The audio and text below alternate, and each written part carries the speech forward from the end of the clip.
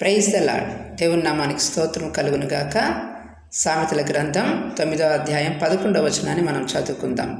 నా వలన నీకు దీర్ఘాయువు కలుగును, నీవు జీవించు సంవత్సరములు అధికములగును. చిన్న ప్రార్థన చేసుకుందాం. పరిశుద్ధాత్మ తండ్రి, మీకు వందనాలు స్తోత్రాలు చెల్లిస్తూ ఉన్నాం ప్రభువా. ఈ వాక్య భాగం ద్వారా ప్రజలను దర్శించండి, బలపరచండి, మహిమ పొందండి. పరలోకపు దివ్యమైన వర్తమానం విడుదల చేసి మహిమ పొందుకొనవలసిందిగా యేసు నామములో ప్రార్థించి అడిగి వేడుకుంటున్నాం తండ్రి, ఆమేన్.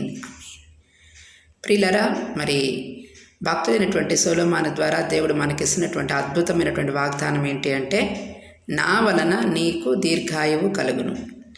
మరి దీర్ఘాయువు పొందటానికి ఎన్నో రకాలైనటువంటి ప్రయత్నాలు ప్రతి మానవుడు చేస్తూ ఉంటాడు. మరి మా బంధువులు ఒక ఆమె, మా అత్తగారు ఒక ఆమె ఉండేది.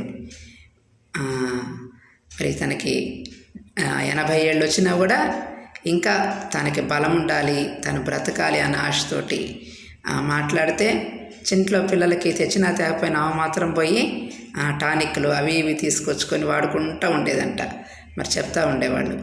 కాబట్టి ఆ రీతిగా చాలా పెద్దవాళ్ళేంటి, ఇప్పుడు లేరు, ఆవిడ కాలం చేశారు. కానీ ఏదో ఒక రకంగా మనిషి దీర్ఘాయువు చేత ఈ భూలోకంలో జీవితాన్ని కొనసాగించాలి అని అనుకుంటాడు. కానీ ఎవరు కూడా అర్ధాంతరంగా వెళ్ళిపోవాలి అని అనుకోరు. అయితే ఆత్మలో పరిపక్వత పొందిన వారు మాత్రమే, మరి హోసన్నా మినిస్ట్రీస్ మేరక్క గారు, మరి వారైతే ఏమన్నారంటే, ఇంకా నాకు ఈ జీవితం చాలు అన్న, నన్ను దేవునికి అప్పగించు అని యేసన్న గారిని అడిగినట్లుగా మరి అక్కడ ఉన్నటువంటి వారందరూ కూడా చెప్తూ ఉంటారు.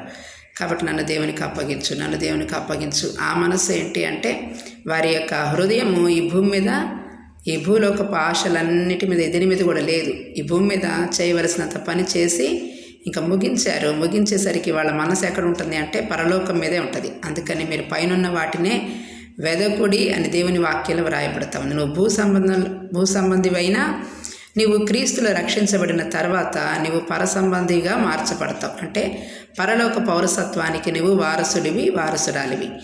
కాబట్టి ఆ వారసత్వాన్ని నిలుపుకోవాలి అంటే మరి తప్పకుండా కూడా నీ దైనందిన జీవితము ఒక క్రమంలో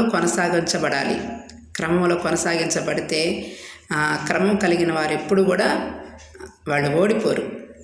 మరి క్రమం తప్పితే అక్రమం వైద్యని యేసన్న గారు చెప్తూ ఉంటారు. కాబట్టి క్రమంగా నీ జీవితాన్ని కొనసాగించుకోవాలి. వాక్య ధ్యానమైన క్రమంగా ఉండాలి, ప్రార్థనా జీవితమైన క్రమంగా ఉండాలి, ఉపవాస దీక్ష అయినా క్రమంగా ఉండాలి. మరి ఏది శృతి మించినా కూడా అది నష్టం. కాబట్టి నిన్ను దుష్టుడు ప్రేరేపిస్తున్నాడా, దేవుని ఆత్మ ప్రేరేపిస్తున్నాడా అనేది గ్రహించుకోవాలి.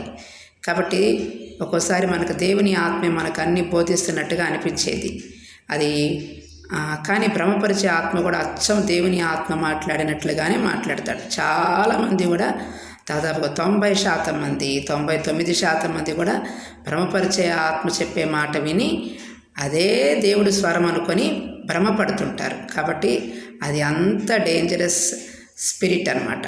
అది దేవుడు మాట్లాడినట్లే ఉంటుంది ఆ స్వరం. కానీ దాన్ని గ్రహించడానికి వివేచన కావాలి. మరి దేవునితో సహవాసం ఉంటేనే అది దేవుడు చెప్పిన స్వరమా, భ్రమపరిచే ఆత్మ చెప్పే స్వరమా అనేది నీవు గ్రహించగలుగుతావు.